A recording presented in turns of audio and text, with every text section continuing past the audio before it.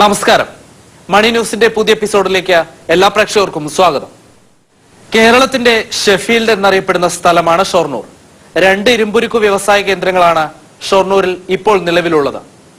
ഉയർന്ന ഗുണനിലവാരമുള്ള മികച്ച ഉൽപ്പന്നങ്ങളുടെ നിർമ്മാണമാണ് ഇപ്പോഴും ഇവ പിടിച്ചു നിൽക്കാൻ കാരണം. Make in Kerala.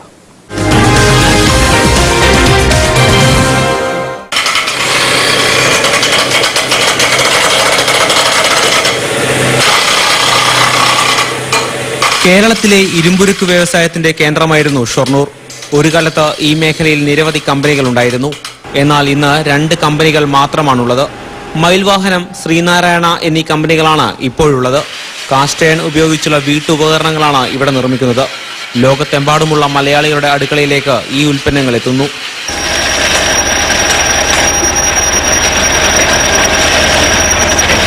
ചീനച്ചട്ടി, ദോശച്ചട്ടി, അപ്പച്ചട്ടി, ഹാൻഡ് പമ്പ്, കപ്പി തുടങ്ങിയവയാണ് ഇവിടെ ഉൽപ്പാദിപ്പിക്കുന്നത്. ഇതിൽ തന്നെ ഓരോ ഇനവും വ്യത്യസ്ത തരത്തിൽ നിർമ്മിക്കുന്നുണ്ട്. സാധാരണ ഇരുമ്പ് പാത്രങ്ങളെക്കാൾ ആരോഗ്യപരമാണ് കാസ്റ്റ് അയൺ ഉപയോഗിച്ചുള്ള പാത്രങ്ങൾ.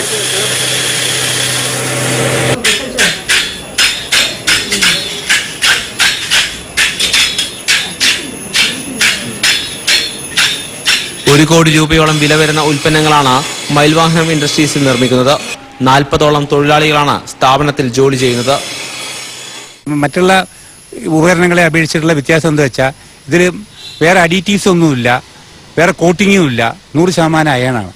അപ്പം ഞങ്ങളിത് ഉൽപ്പാദിപ്പിക്കുന്നതും കൺവെൻഷണൽ രീതിയിൽ കൂടെയാണ്, വളരെ ആധുനിക മാർഗം ഉപയോഗിച്ചിട്ടല്ല. ആൾക്കാർ ഒരു മെക്കാനിസ്റ്റാണ്. ആളുകൾ കൈകൊണ്ട് തന്നെ ഈ ഓരോ ഐറ്റംസൊക്കെ രൂപീകരിച്ച് ഞങ്ങൾ മെറ്റൽ ഉരുക്കി കൊണ്ടൊഴിച്ച് കൈകത്ത് തട്ടിയെടുക്കുന്നു. അപ്പോൾ ഇത് ഏറ്റവും കൺവെൻഷണൽ ആയിട്ടുള്ള രീതിയിൽ കൂടെ തൊഴിലാളികൾ പണിയെടുത്തുണ്ടാക്കുന്ന ഒരു ഉപകരണം ആയതുകൊണ്ട് ഇതിൽ വേറെ ഒരു ബുദ്ധിമുട്ടില്ല. പ്യുവറായിട്ടുള്ള സാധനം നമുക്ക് കിട്ടും. പിഗ് അയൺ ആണ് പ്രധാന അസംസ്കൃത വസ്തു. പ്രീമിയം കോക്ക് ഉപയോഗിച്ചാണ് ഉരുക്കുന്നത്. കാസ്റ്റിങ്ങിന് ചുണ്ണാമ്പ് കല്ലും ഉപയോഗിക്കുന്നു.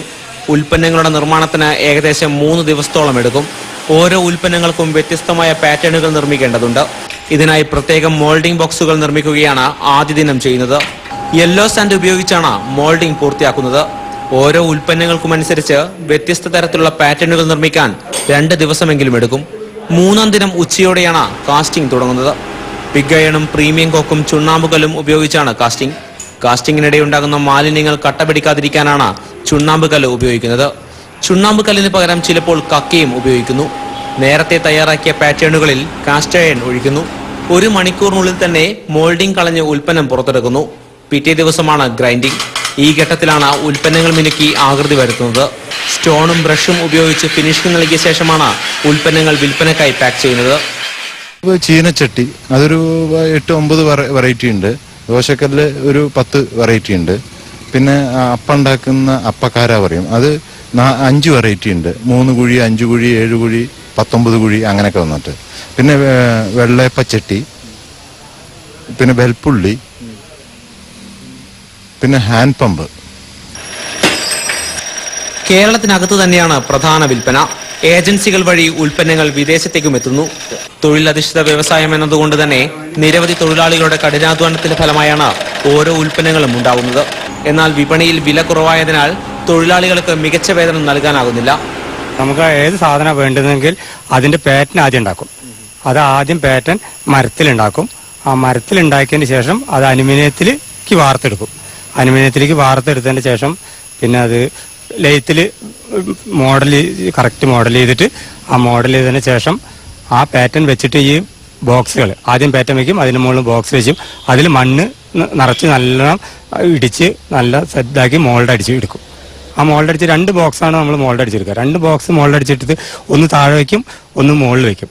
അതിന്റെ ഗ്യാപ്പിൽ നമ്മൾ ഇരുമ്പ് ഉരുക്കിയിട്ട് ഫില്ലാക്കും. ആ ഇരുമ്പ് ഉരുക്കി ഫില്ലാക്കണ അതിപ്പോൾ അതിൻ്റെ ഉള്ളിൽ നമ്മുടെ ഉദ്ദേശിക്കുന്ന സാധനം കിട്ടും.